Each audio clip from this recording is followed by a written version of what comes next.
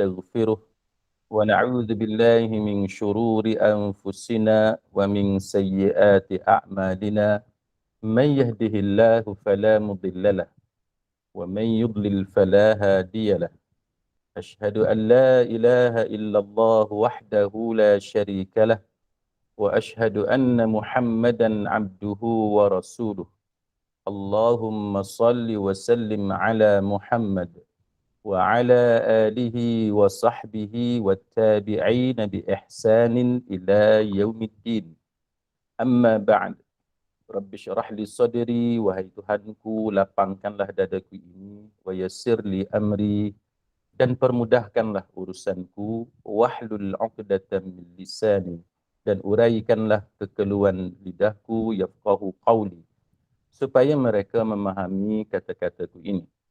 Rabbi zidni ilma, wahai Tuhanku, tambahkanlah ilmu kepadaku. Allahumma faqihna fid din, ya Allah, kurniakan kepada kami kefahaman tentang agama. Wa 'allimna ta'wil, dan ajarkanlah kepada kami ilmu ta'wil. Wahdinas siratal mustaqim, dan tunjukkan kepada kami jalan Engkau, jalan yang lurus. Amin ya rabbal alamin. Saudara-saudari, sahabat sahabiah muslimin muslimat rahimakumullah. Tajuk kita pada pagi ini ialah berkaitan dengan peristiwa fitnah yang pernah berlaku ke atas Ummul Mukminin Aisyah radhiyallahu anha. Kalau kita nak memahami sesuatu peristiwa itu sangat cantik sebenarnya, sangat bagus kalau kita lihat latar belakangnya. Sebab saya percaya bahawa ramai di kalangan kita telah pun biasa mendengar dan belajar tentang hadithul ifki, iaitu peristiwa fitnah ataupun kejadian fitnah, defamation yang dilemparkan kepada baginda, kepada Aisyah radhiyallahu anha. Tetapi untuk kita memahami apa yang berlaku kepada Aisyah itu sangat penting kita mengetahui konteks dan juga latar belakang kejadian tersebut.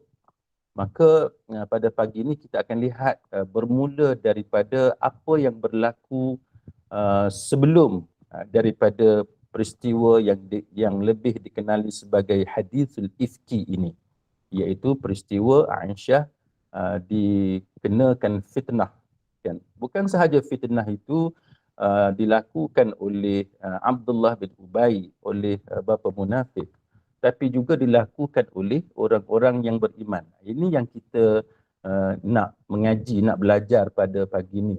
Sebab pada anggapan kita biasanya fitnah ini dilakukan oleh orang jahat. Fitnah ini biasanya dilakukan oleh orang yang busuk hatinya. Fitnah ini dilakukan oleh musuh-musuh Allah. Sebenarnya bukan begitu, kan? Bukan semestinya fitnah ini, defamation ini dilakukan oleh orang jahat sahaja. Tapi ada kalanya, sad to say lah, kan, sedih, dan kita pun berat untuk menyatakan bahawa ada ketikanya fitnah juga dilakukan oleh orang-orang yang baik, orang-orang yang soleh, orang-orang yang beriman, dan dia tak sangka pun bahawa apa yang dia buat itu sebenarnya fitnah. Jadi ini yang kita nak belajar pada pagi ini, macam mana kita nak jadikan itu sebagai ibrah, sebagai pelajaran untuk kita, sebagai panduan bagi kita sementara ada saki baki lagi kehidupan kita atas dunia ini, supaya kita diredai oleh Allah Subhanahu Wa Taala.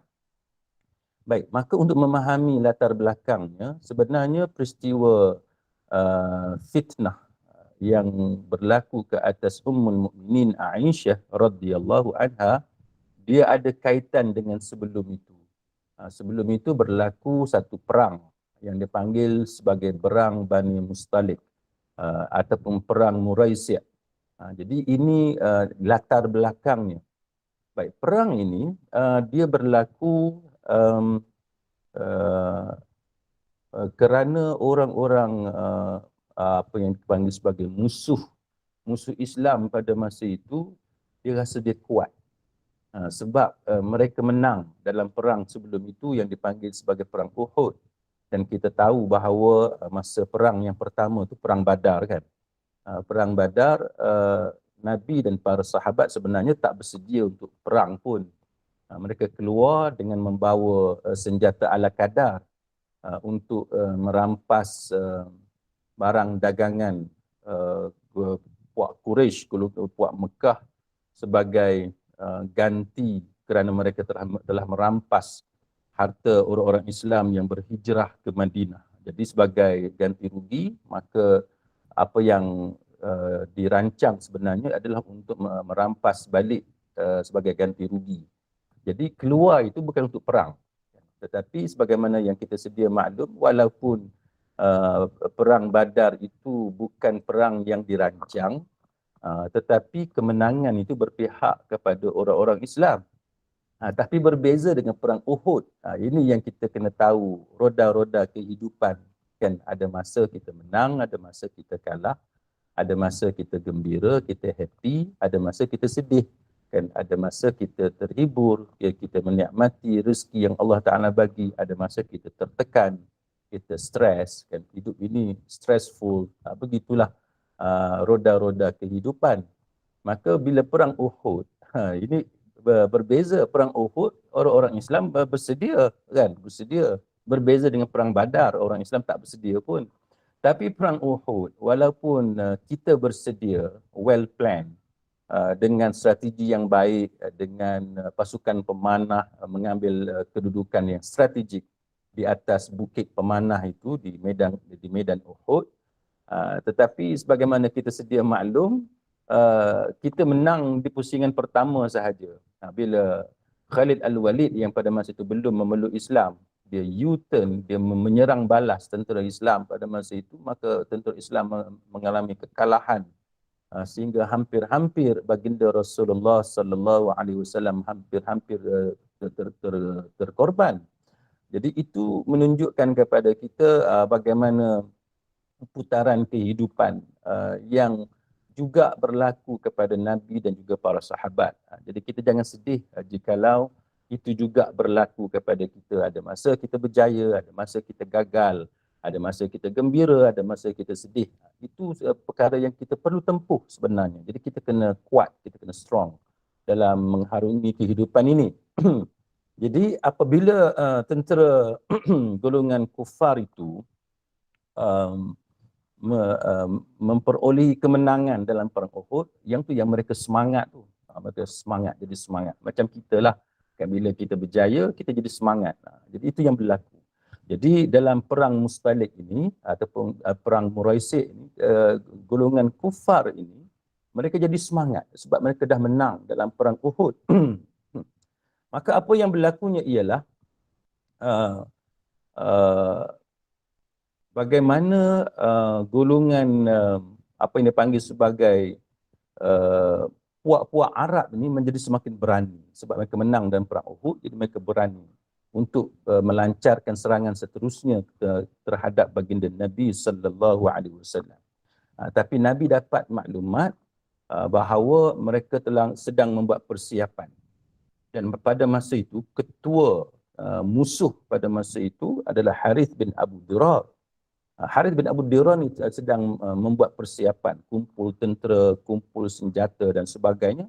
Dan tak cukup dengan itu, dia buat provocation. Dia hasut kabilah-kabilah Arab supaya join forces, kan, supaya menyertai pasukan dia untuk lawan dengan Nabi. Jadi apa yang berlakunya ialah Nabi dapat tahu berita itu dan Nabi hantar Buraidah bin Husayb al-Aslami untuk cek, untuk confirm betul ataupun tidak Bani Mustalik ni sedang membuat persiapan untuk menyerang Madinah. Maka Buraidah ni pun dia diutuskan oleh Nabi untuk cek. Maka dia pun pergi berjumpa dengan Al-Haris sendiri yang jadi ketua untuk membuat serangan ke atas Madinah. Jadi apabila dia cek, confirm betul bahawa memang serangan itu akan dilakukan oleh Al-Harith bin Abu Dirar, maka Buraidah pun bagi tahulah kepada kepada Nabi bahawa memang mereka akan membuat serangan terhadap Madinah. Jadi apa yang berlakunya ialah Nabi bila mendapat berita itu, Nabi membuat keputusan untuk membuat serangan secara mengejut. Jadi ini penting sebenarnya dalam kehidupan kita. Kalau dalam perang, Nabi membuat serangan mengejut dalam keadaan musuh tidak bersedia. Itu yang dipanggil sebagai seni peperangan, art of war.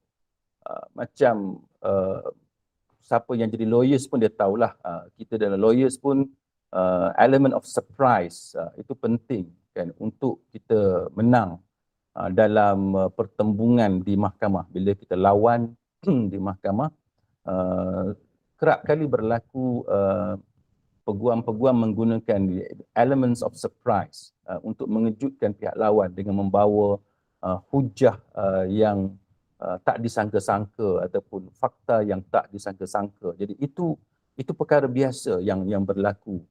Jadi kalau kita dalam kehidupan kita ni, kita memang perlu ada seni kan. Kita kena ada strategi, kita kena ada perancangan bagaimana untuk kita menghadapi musuh.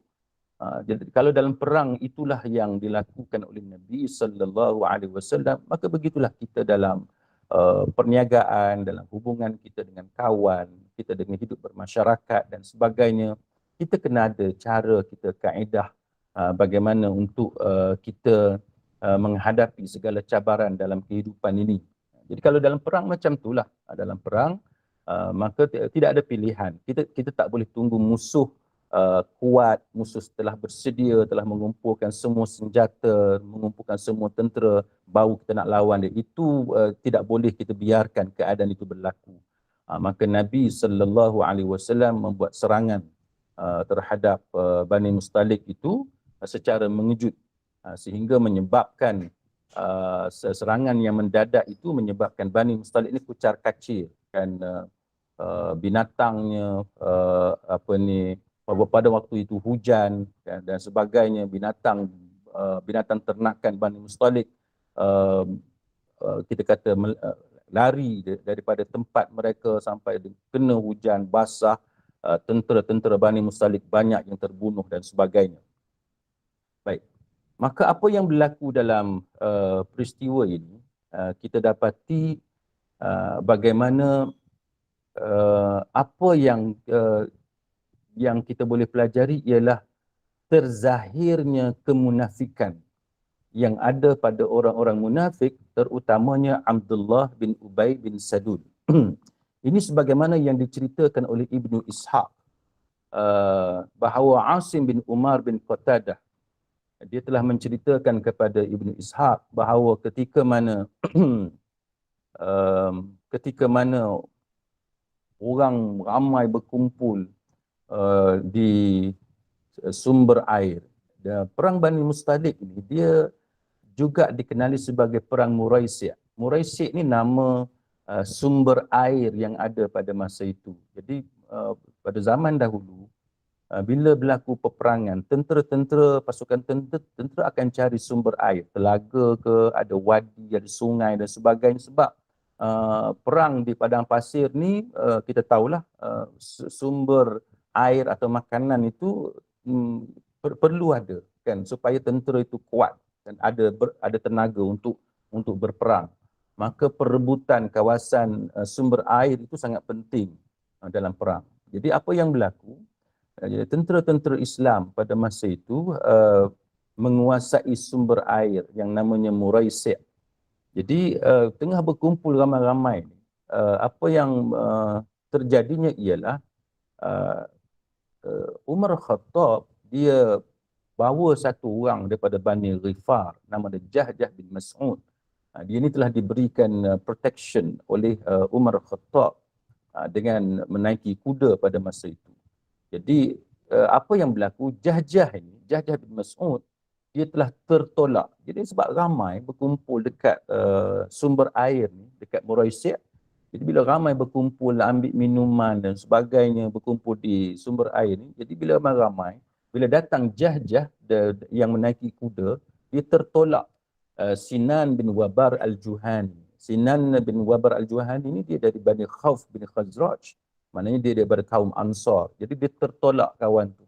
Dalam keadaan tak sengaja lah. Dalam keadaan tak sengaja. Tapi benda yang sebegitu simple, begitu mudah, benda yang kecil bagi kita, benda yang tidak serius pun telah menyebabkan berlaku pertembungan di antara kaum Muhajirin dengan kaum Ansar. Ini sama-sama Islam ni, sama-sama Islam. Kaum Muhajirin dengan kaum Ansar. Jadi bila Jah-Jah telah tertolak, dia naik kuda, ramai-ramai macam tu, tertolak Sinan bin Wabar al-Juhani, maka keluarlah perkataan wahai Ansar, yang Jah-Jah ni kata wahai Muhajirin. Jadi berlaku pertembungan antara Ansar dengan Muhajirin, sama-sama orang Islam. Kan, sama-sama tentera-tentera yang dipimpin oleh Nabi sallallahu alaihi wasallam. Jadi ini yang satu benda yang kita kena belajar, sahabat-sahabat sekalian. Sebenarnya perbalahan sesama sendiri dan perbalahan sesama orang beriman memang berlaku. Memang berlaku. Sebab kita ni manusia. Kita manusia. Maka bila dalam keluarga sekalipun berlaku perbalahan adik-beradik, kan, neighborhood, dalam taman perumahan kita, jiran kita, berlaku perbalahan sesama dengan jiran sebelah, ataupun kita dalam persatuan, dalam NGO dengan kawan kita berlaku perbalahan. Sebenarnya realitinya memang benda biasa. Kan? Bukan kata kita jahat ataupun sebelah sana jahat. Tapi apa yang kita boleh pelajarinya ialah kalaulah kaum Ansar yang beriman, yang mempunyai begitu banyak kelebihan, dan kaum Muhajirin juga yang begitu banyak kelebihan di sisi Nabi sallallahu alaihi wasallam, dua-dua kumpulan ini boleh bergaduh, maka apa lagi kita yang bukan seorang yang mempunyai kelebihan yang banyak. Jadi ini yang kita kena tahu, realiti dalam kehidupan. Bukan kata kita jahat, bukan kata jiran kita atau kawan kita jahat, tapi sama-sama kita yang baik-baik pun boleh berlaku perselisihan faham. Kan, apatah lagi kalau ada provocation, kan, kalau ada hasutan, ada orang yang jadi batu api dan sebagainya. Sebab tu bila kita jadi orang yang baca Quran, orang yang semayang, kita jadi orang yang mengaji, tapi pada masa yang sama kita bergaduh dengan orang. Kadang-kadang berpunca daripada benda yang titik bengit, benda yang kecil. Maka itulah yang berlaku sebenarnya pada zaman Nabi sallallahu alaihi wasallam, sebelum berlaku peristiwa hadithul ifki. Saya ingat, kalau saya boleh bagi contoh, sewaktu hari raya, biasalah kita nak balik rumah, jalan jam, kita pakai Waze, kan, pakai Waze. Jadi Waze ni tahulah, dia nak mengelak jalan jam, dia bawa kita jalan kampung mana, entah masuk hutan, tepi bendang apa semua, sampai satu jalan ni, satu kita kata, kalau orang utara dia panggil titi. Titi ni jambatan kecil lah, jambatan kecil yang merentasi, menyeberangi apa kita panggil ini, tali air, kan, tali air ataupun anak sungai, yang boleh dilalui hanya satu kenderaan sahaja. Jadi tak boleh berselisih. Jadi apa yang berlaku hari raya, kan, hari raya yang ketiga, oleh sebab Waze bawa ke jalan tu, kita ikut je bendang apa semua sampai dekat jambatan kecil ni. Jadi kita follow je lah, kereta naik satu persatu, kita follow. Jambatan tu agak panjang sikit. Jadi bila tiba giliran saya, dah sampai ke tengah dah, tiba-tiba satu 4x4, satu kenderaan 4x4 ni, dia naik juga. Walaupun saya dah ke tengah, kan, dia naik juga. Saya heran lah, kan, apa yang berlaku.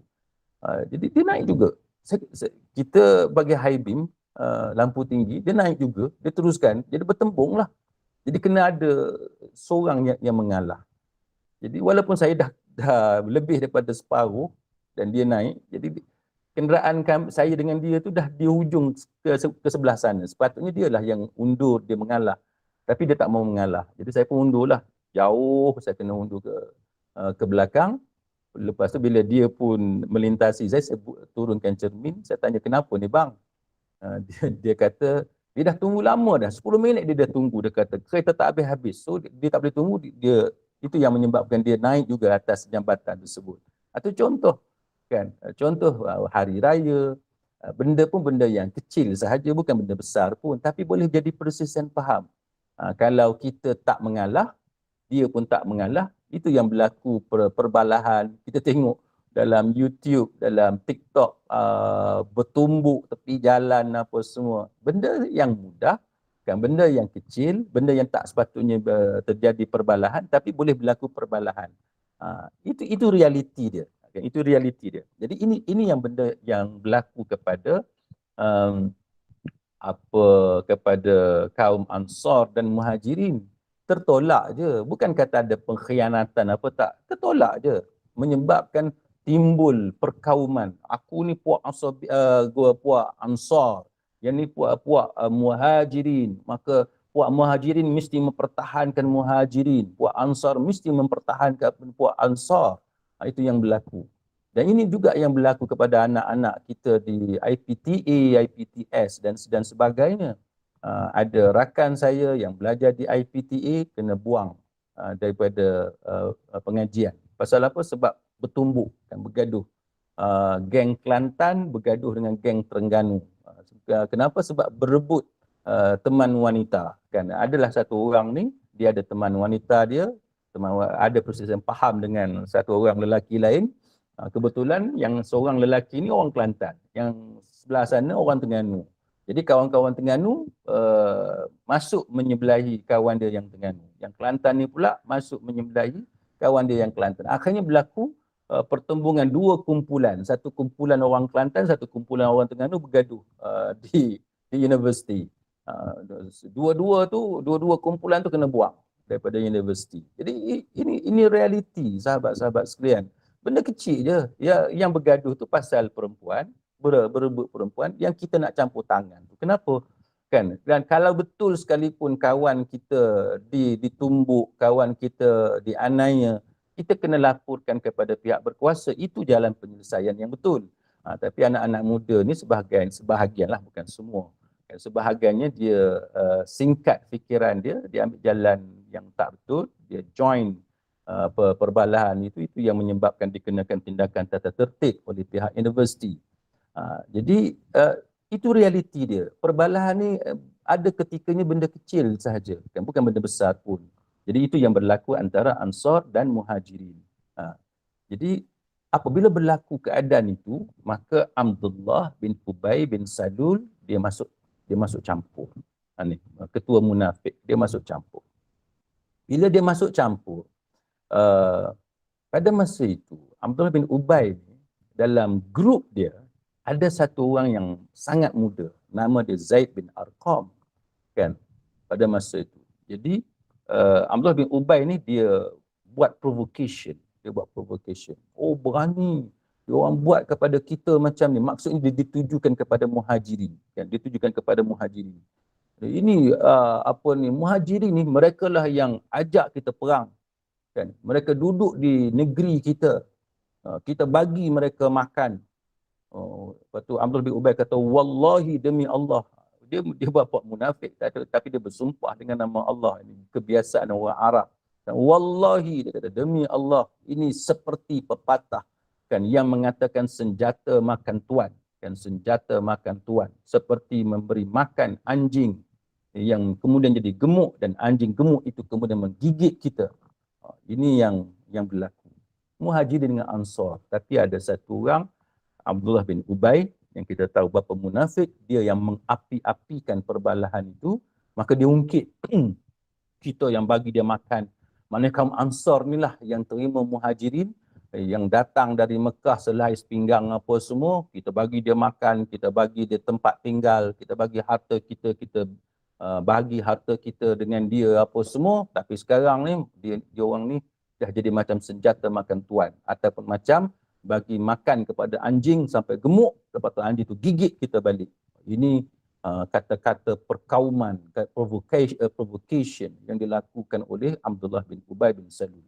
Maka dia kata, wallahi demi Allah, seandainya kita sampai semula di Madinah, sebab masa itu perang, bila sampai di Madinah, maka kata-kata Abdullah bin Ubay ini disebut oleh Allah Subhanahu wa taala dalam Al-Quranul Karim, surah Al-Munafiqun, ayat yang ke-8.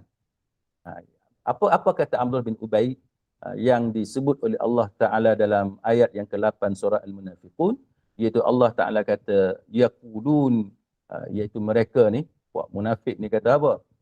La irraja'na ilal Madinah, la yukhrijanna al-a'azzu minha al-adhal. Dia kata, sesungguhnya, apabila kita dah sampai, dah balik semula ke Madinah, benar-benar orang yang kuat akan menghalau orang yang lemah daripadanya. Maknanya dia hasut kaum Ansar ni, kita kuat, kita locals kan, kita ni penduduk tempatan, kita asal duduk di Madinah, ini tempat kita, kita kuat. Yang lemahnya siapa? Ditujukan lemah tu kepada kaum Muhajirin sebab menumpang kan, menumpang datang ni, kami yang bagi tumpang di Madinah. Maka kaum yang kuat, yakni orang Madinah, orang asal Madinah akan halau keluar orang yang menumpang ini, yakni Muhajirin. Ini kata-kata hasutan daripada Abdullah bin Ubay bin Salul. Maka apa yang berlaku? Bila dia sampai dekat kaum dia, dia kata inilah akibat daripada perbuatan kamu sendiri, bagi mereka ni duduk di Madinah, tumpang, bagi dia makan, bagi harta kamu. Akhir sekali, inilah yang mereka lakukan kepada kita. Ini hasutan daripada Abdullah bin Ubay bin Salul. Baik, kenapa jadi macam tu? Kenapa Abdullah bin Ubay bin Salul ni dia ambil kesempatan, dia sakit hati. Dia mesti ada latar belakangnya. Kan? Sebenarnya, sahabat-sahabat sekalian, apa yang berlaku ialah sewaktu Rasulullah sallallahu alaihi wasallam hijrah, migrate ke Madinah, pada masa itu penduduk Madinah sedang mengangkat ketokohan Abdullah bin Ubay bin Salul sebagai pemimpin mereka. Abdullah bin Ubay ini seorang yang berpengaruh, kan? Seorang yang berpengaruh. Jadi dia sedang diangkat sebagai tokoh, sebagai pemimpin di Madinah. Berkebetulan Nabi ini migrate, hijrah dari Mekah pergi ke Madinah. Nabi ni orang baru, orang luar.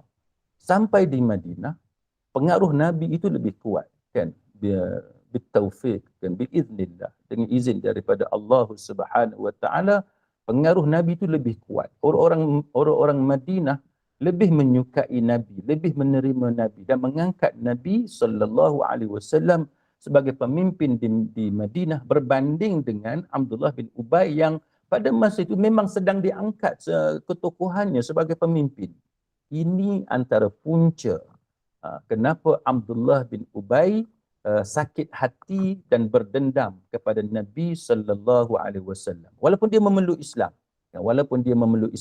tetapi hati dia sakit, kan? Dia dendam, dia tak boleh terima kekalahan dia tewas dengan pengaruh yang dimiliki oleh Rasulullah sallallahu alaihi wasallam. Jadi ini realiti yang berlaku dalam masyarakat kita pun, ini yang berlaku, kan? Sebab kita ada saingan, kan? Kita ada competition dalam perniagaan, dalam apa sahaja, dan pangkat di pejabat, kita masing-masing nak himpit bos dan sebagainya. Kalau kita lihat contohnya pengalaman saya pergi ke satu tempat pelancongan, saya lupalah Cameron Highland ke di mana, kan? Masa itu pergi ke kedai makan. Sampai di kedai makan, saya ni suka wallahu alam, tapi hati itu rasa suka kalau boleh tolong orang lain. Jadi bila sampai di kedai, ada dua kedai makan. Satu kedai makan tu orang ramai, kan? Satu lagi kedai makan tu tak ada orang.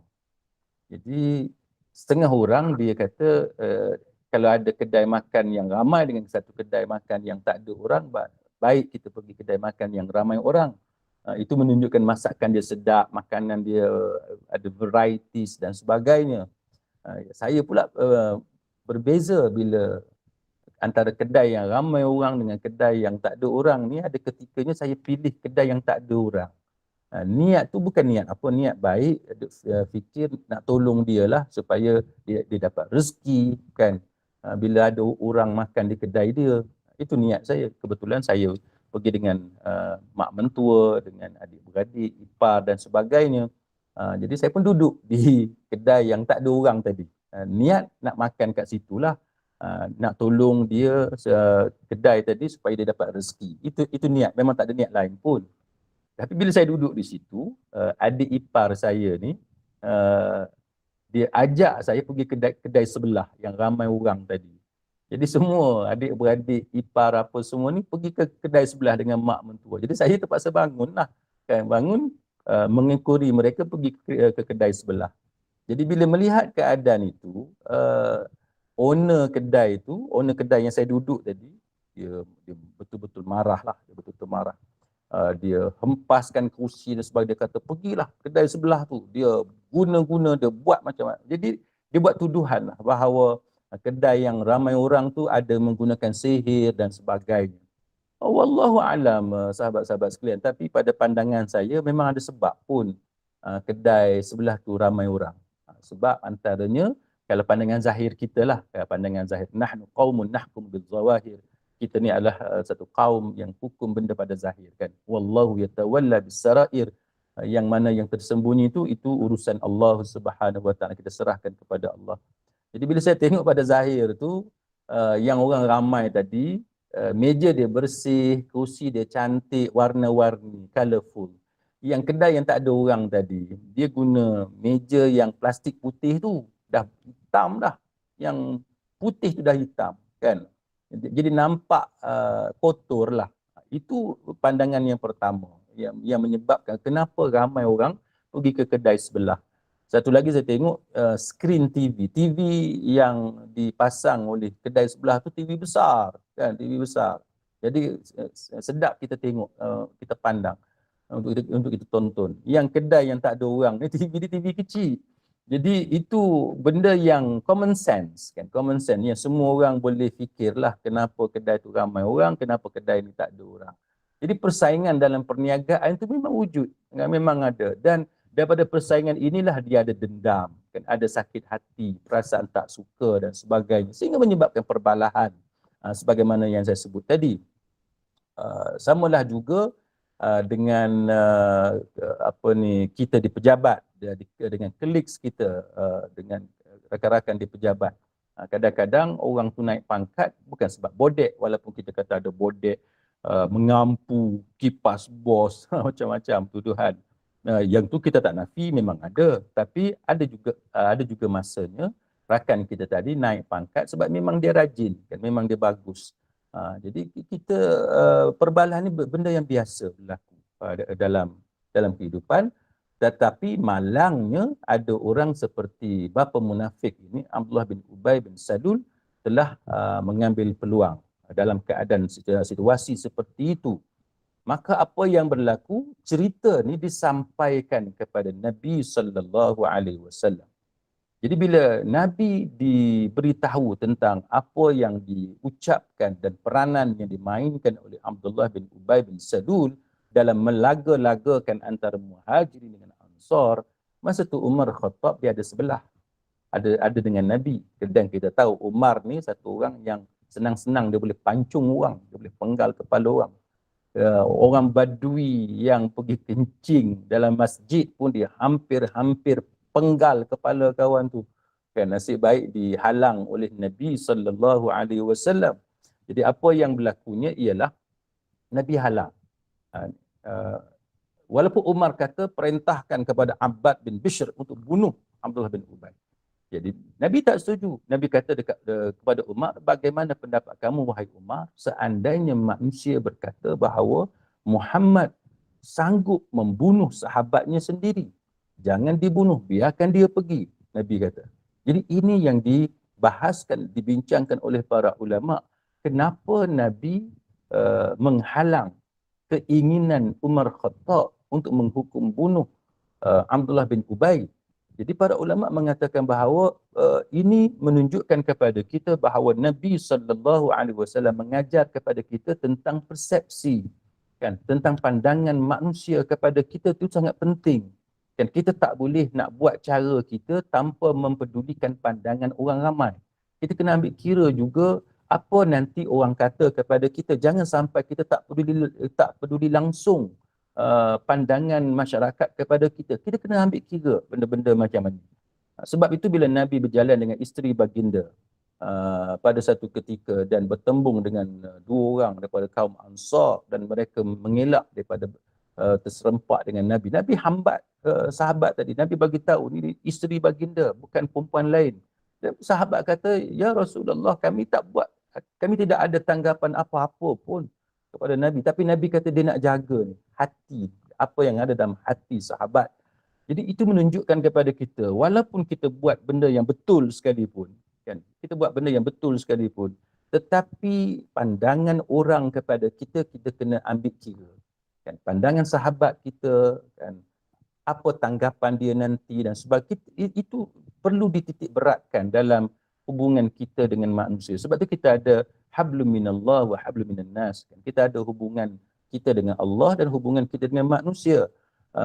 Agama mengajar kepada kita jangan semata-mata kerana Allah, kan, tapi kita ni sampai tahap tidak peduli dengan manusia kerana ajaran Allah sendiri mengajar kepada kita melalui Nabi SAW supaya mengambil kira juga, kan, anggapan orang ramai kepada kita, image kita, maruah kita, itu pun kita kena jaga sebab kita berada di atas dunia, kan. Bila kita berada di atas dunia, maka hubungan dengan masyarakat, public relation dan sebagainya itu juga perlu diambil kira. Sebagaimana agama mengajar kepada kita, jangan ambil akhirat sahaja, dunia pun kita kena ambil kira, kan. Sebab kita duduk di atas dunia. Jadi agama mengajar kepada kita keseimbangan.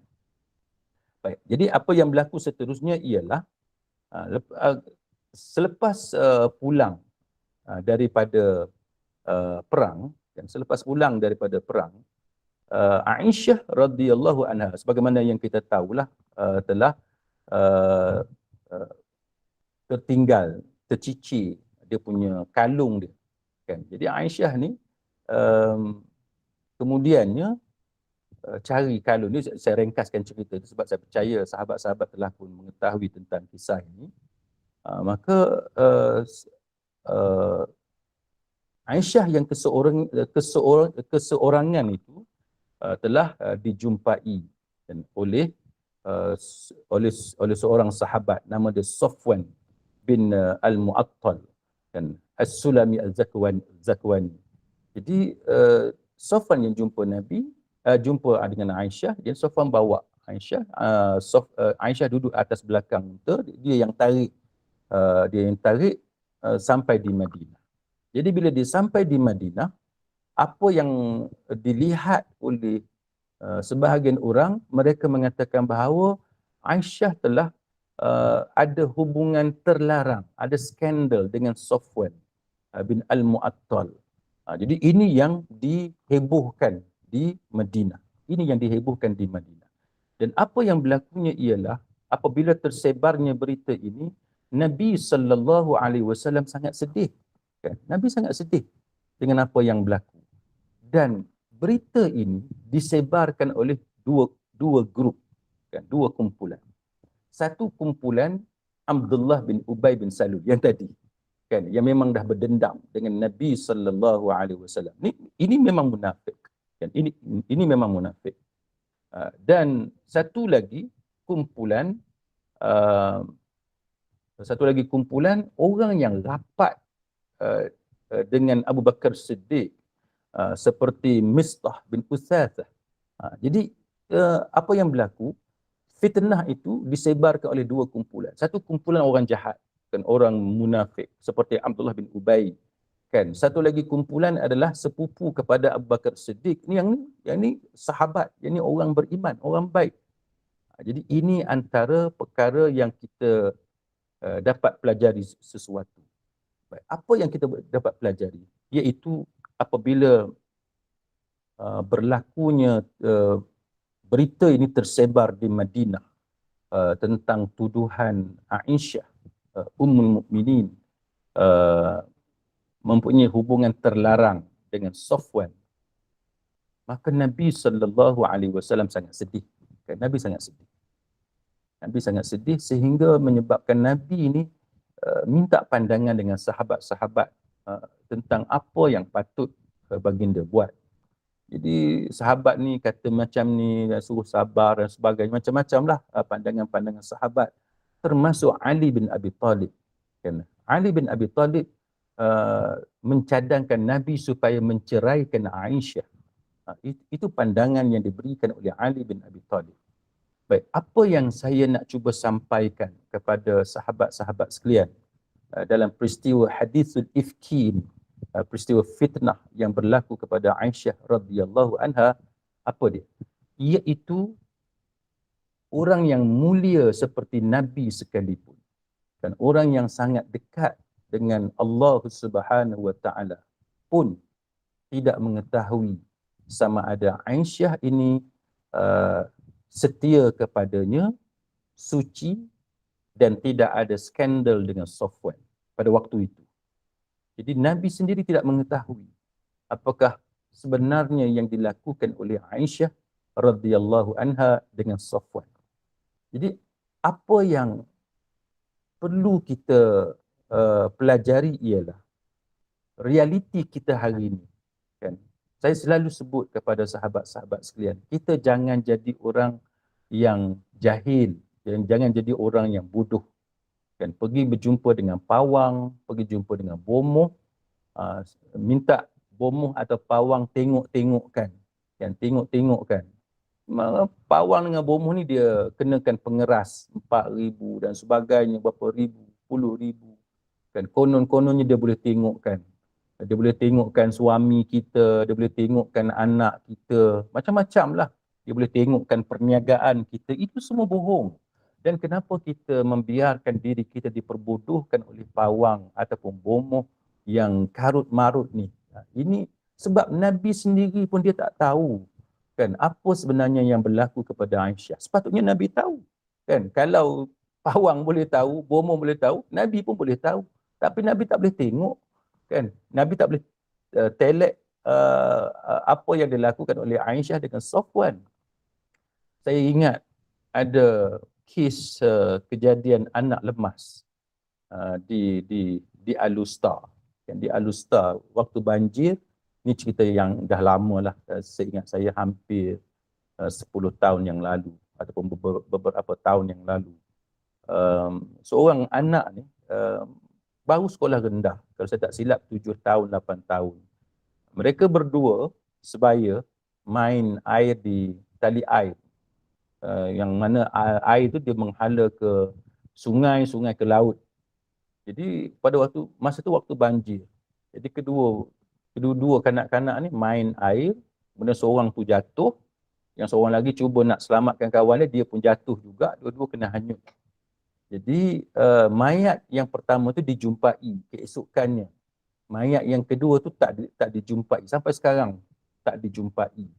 Tapi apa yang saya nak sebut kepada sahabat-sahabat sekalian ialah saya tak pasti sama ada keluarga kanak-kanak itu ataupun orang kampung yang minta khidmat bomoh untuk tengok di mana mayat kanak-kanak tersebut dihanyutkan. Ini contoh bagaimana karutnya kepercayaan sebahagian dalam masyarakat kita. Karut, ini adalah karut. Bagaimana mungkin seorang bomoh ataupun pawang dia boleh tahu kedudukan mayat ataupun kanak-kanak tadi dihanyutkan ke mana? Itu tidak logik, kan? Bukan sahaja bertentangan dengan Quran dan Sunnah, malah ia bertentangan dengan ilmu sains, kan? Ia bertentangan dengan apa kita kata logik akal. Dia tak tahu macam mana dia nak teka di mana mayat tersebut boleh dijumpai. Tapi itulah realiti dalam masyarakat kita. Sanggup bayar ribu-ribu ringgit, pengeras dan sebagainya hanya untuk melakukan dan percaya kepada benda-benda khurafat seperti ini. Jadi ini yang kita dapat pelajari. Nabi SAW sendiri dia tak tahu kan sama ada Aisyah berzina ke, Aisyah ada hubungan terlarang ke, Nabi sendiri tidak tahu. Itu yang menyebabkan Nabi sangat sedih. Kan Nabi sangat sedih. Jadi sahabat-sahabat sekalian janganlah percaya kepada uh, telekan-telekan bomoh ataupun pawang. Saya teringat ada rakan saya seorang pensyarah universiti, pensyarah pengajian Islam. Satu hari dia hilang dompet dia hilang dompet. Jadi dia cerita kepada saya yang keluarga dia ni memang sangat kuat percaya kepada bomoh, kan sangat kuat percaya kepada bomoh. Jadi keluarga dia ajak dia jumpa dengan bomoh ni, nak telek, nak tengok kat mana dompet dia hilang. Dah cari merata tak jumpa, cari balik cushion, bawah kursi, celah-celah cushion, dah cari tak jumpa. Jadi tanya kan, pergi dekat bomoh tadi. Jadi rakan saya ni dia ustaz, dia pensyarah universiti. Tapi sebab keluarga dia sangat kuat percaya kepada bomoh ni, dia ikut je lah. Dia kata walaupun dia kata dia tak percaya benda-benda macam tu, tapi keluarga ni duk desak pergi ada bomoh yang boleh dipercayai di tempat dia tu. Maka pergilah jumpa. Dia kata dah lah bomoh tadi ada di sejadah tu, dekat ujung sejadah tu ada gambar dia masa muda dengan gitarnya, gambar dia pakai sunglasses. Dia kata peliklah bomoh ni. Dia kata dia tak faham kenapa masyarakat kita suka sangat percaya kepada benda-benda macam ni. Tapi dah keluarga dia duduk desak-desak kata boleh bomoh ni bagus, dia pun ikut je. Jadi bomoh ni pergi baca ayat Quran. Kan dia ni ustaz pensyarah universiti. Dia fahamlah. Dia kata ayat yang dibaca tu ayat perang, ayat jihad. Tapi dia kata bomoh ni sebut dekat dia berdasarkan kepada ayat ini, dompet kamu tu warna cerah kan? Dia kata warna cerah.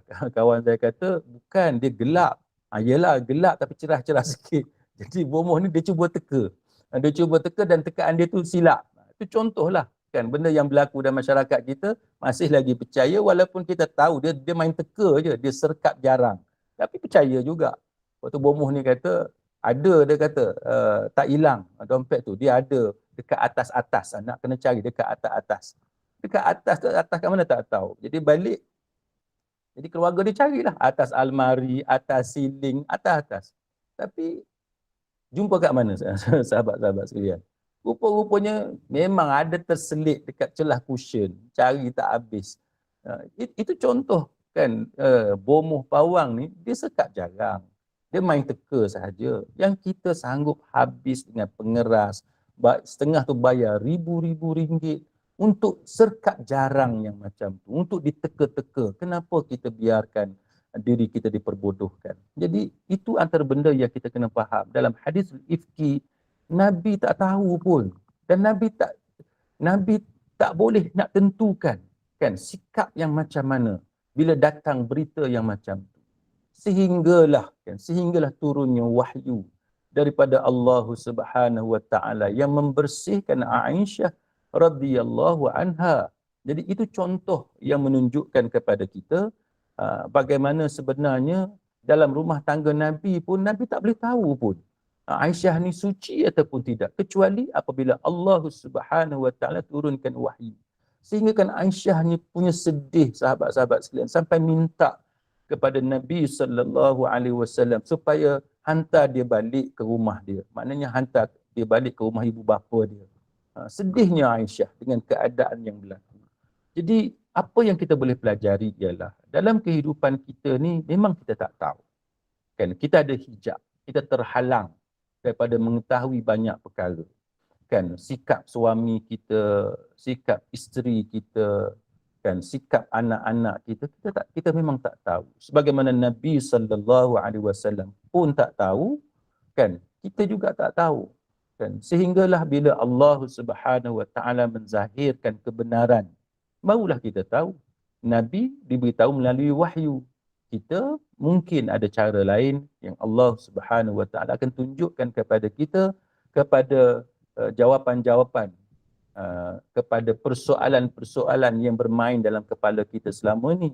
Kan mungkin kita tak puas hati dengan ayah kita tak puas hati dengan ibu kita tak puas hati dengan adik-beradik dan kita tak tahu jawapan.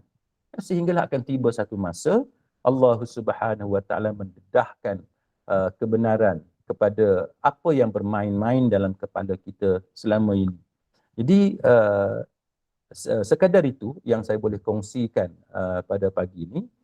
Kesimpulan yang saya boleh buat kepada sahabat-sahabat sekalian untuk slot kita pada pagi ini, kita kena hidup di atas dunia ini berpandukan kepada ajaran agama. Kepada ajaran agama. Kenapa berlaku orang ditipu, kan? Kenapa berlaku orang yang diambil kesempatan, kenapa berlaku keadaan kita jadi mangsa. Jawapannya kerana kita tidak mengikut guideline yang telah ditentukan oleh agama, dan kita yang membiarkan diri kita diperbodohkan oleh pihak-pihak yang tertentu yang ingin mengambil kesempatan. Mereka tahu kita ada duit banyak, maka mereka kenakan kita. Jadi kita jangan biarkan benda-benda yang macam ni berlaku kepada kita. Dan pada masa yang sama, peristiwa hadithul ifki ini juga menunjukkan kepada kita bahawa orang-orang yang beriman juga buat silap. Kan, orang yang baik-baik juga sebarkan fitnah, percaya kepada fitnah. Bukan kata dia niat jahat, bukan kata sepupu Abu Bakar itu dia benci kepada Nabi, tak. Kan? Tapi dia terpengaruh dengan cerita-cerita fitnah. Jadi ini menunjukkan kepada kita bahawa kita, walaupun kita baik macam mana sekalipun, kita semayang, baca Quran, ada ketikanya kita juga terpedaya dengan cerita-cerita bohong, cerita-cerita fitnah. Maka sebagai pelajaran kita kena hati-hati. Dan kita kena hati-hati supaya kita tidak terpengaruh dengan perkara-perkara yang boleh merosakkan hubungan kita dalam rumah tangga, ataupun hubungan kekeluargaan kita, ataupun hubungan kita dengan saudara-saudara kita yang lain. Sekadar itu saya serahkan kepada Puan Zainun untuk sesi soal jawab kalau ada. Dipersilakan. Terima kasih Ustaz. Okey, Ustaz buka soalan bagi yang nak bertanya sebarang kemusykilan melalui topik perbincangan ini. Assalamualaikum. Silakan. Assalamualaikum Ustaz. Waalaikumsalam warahmatullahi. Tadi Ustaz kata Allah turun wahyu untuk membersihkan nama Aisyah. Macam mana tu cara membersihkan nama itu? Boleh Ustaz bagi tahu? Terima kasih Ustaz. Baik, wallahu alam. Saya pun lupa ayat tersebut. Saya kena cek baliklah ayat tersebut yang mana Allah Subhanahu Wa Taala menurunkan ayat Quran yang membersihkan kedudukan Aisyah. Tapi saya boleh cek kemudian, sebab saya tak letakkan nota di sini berkenaan dengan peristiwa tersebut. Cuma kalau saya tidak silap, sahabat-sahabat boleh lihat surah An-Nur. Surah An-Nur ayat yang ke-11. Kalau saya tidak silap lah, ini adalah ayat yang berkenaan dengan berita gembira kepada Aisyah, yang mana Allah Subhanahu Wa Taala membersihkan Aisyah.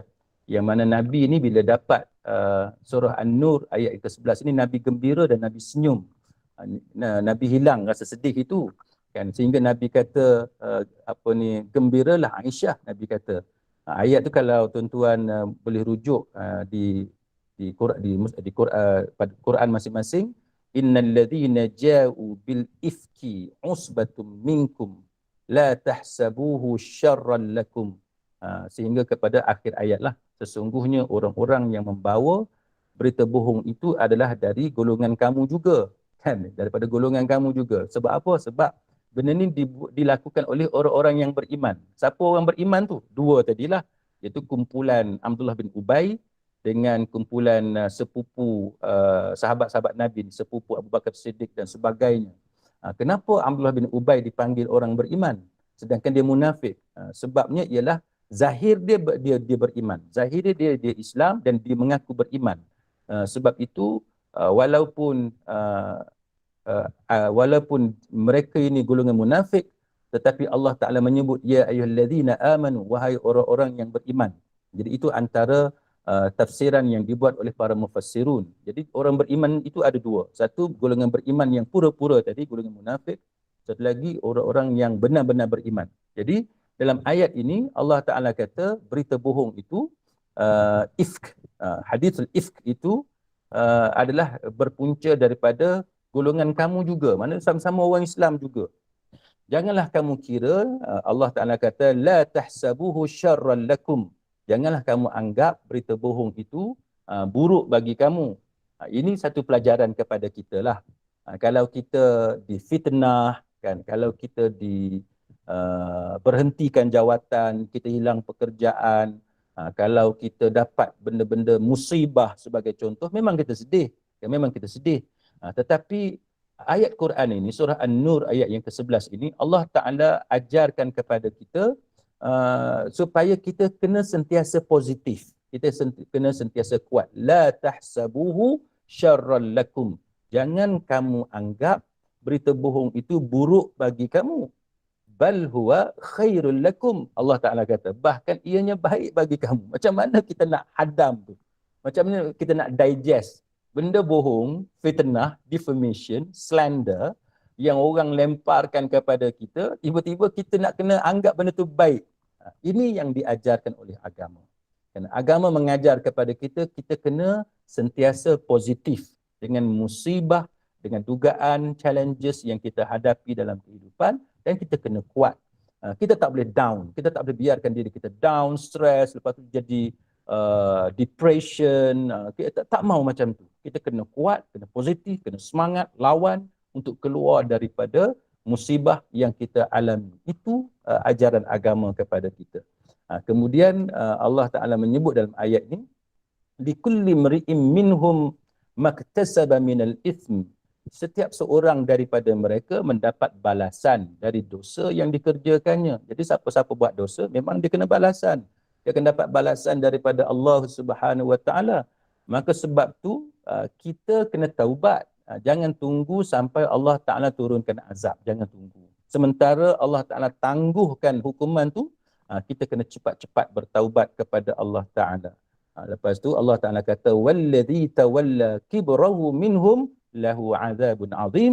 Dan siapa di antara mereka yang mengambil bahagian yang terbesar dalam menyebarkan berita bohong itu, baginya azab yang besar pula. Siapa yang paling jahat, dialah yang paling banyak dosa. Jadi itulah sedikit jawapan kepada soalan yang ditanya oleh puan tadi. Wallahu a'lam. Baik Terima Ustaz, kasih Ustaz. satu lagi soalan Ustaz dari Puan Isum. Secara ringkasan saya jawab, bolehkah kita jadikan kebiasaan menjemput demi Allah tu dalam cakap-cakap pertuturan kita? Kalau kita Jadi kebiasaan apa dia? kebiasaan bila kita bercakap, pertuturan kita yang biasa-biasa ni kan, kita membuktikan kita ni tidak buat sesuatu benda yang tidak tak buatlah, kita cakap demi Allah ke apa ke. Oh, okey. Tentang demi Allah itu, ramai di kalangan para ulama mengatakan makruh kita membiasakan, melazimi dengan bersumpah. Kita sebut wallahi kan, wallahi. Bila kita sebut wallahi itu sumpah demi Allah. Jadi makruh hukumnya kita membiasakan diri memperbanyakkan sumpah tanpa ada keperluan. Jadi maksudnya kalau kita nak jadi orang yang baik, kita jangan banyak bersumpah. Kita bersumpah bila perlu sahaja. Masuk mahkamah ke ataupun ada benda yang mendesak, baru kita bersumpah. Sebab dibimbangi. Dibimbangi, dikhawatiri kalau kita biasakan dengan bersumpah, akhirnya kita tak rasa sumpah tu satu benda yang besar. Wallahu'alam. Okey, baik Ustaz, terima kasih atas pencerahannya, dan alhamdulillah jazakallahu khairan kepada Ustaz Dr. Ahmad Jalani atas perkongsian ilmu pada pagi ini, yang mana semoga ia mendapat manfaat bagi kita semua, ambil iktibar daripada kisah fitnah ini. Dan Ustaz, kita tangguhkan dulu di kemudian hari tajuk yang lain pula insya-Allah, dan Ustaz kita tutup dulu dengan tasbih kafarah dan soal asr. Silakan Ustaz. Marilah kita berdoa. Allahumma inna nas'aluka ilman nafi'a wa rizqan tayyiba wa amalan mutaqabbala.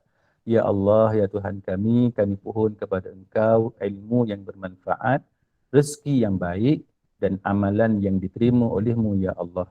Kita akhiri dengan tasbih kafarah dan surah Al-Asr. Subhanakallahumma wa bihamdik asyhadu an la ilaha illa anta astaghfiruka wa atubu ilaik. A'udzu billahi minasy syaithanir rajim. Bismillahirrahmanirrahim. Wal 'asr innal insana lafi khusr illa alladhina amanu wa 'amilus salihat wa tawasaw bil haqq wa tawasaw bis sabr. Sekadar itu, terima kasih. Wabillahi taufiq wal hidayah. Wassalamualaikum warahmatullahi wabarakatuh. Terima kasih Ustaz. Terima kasih Ustaz.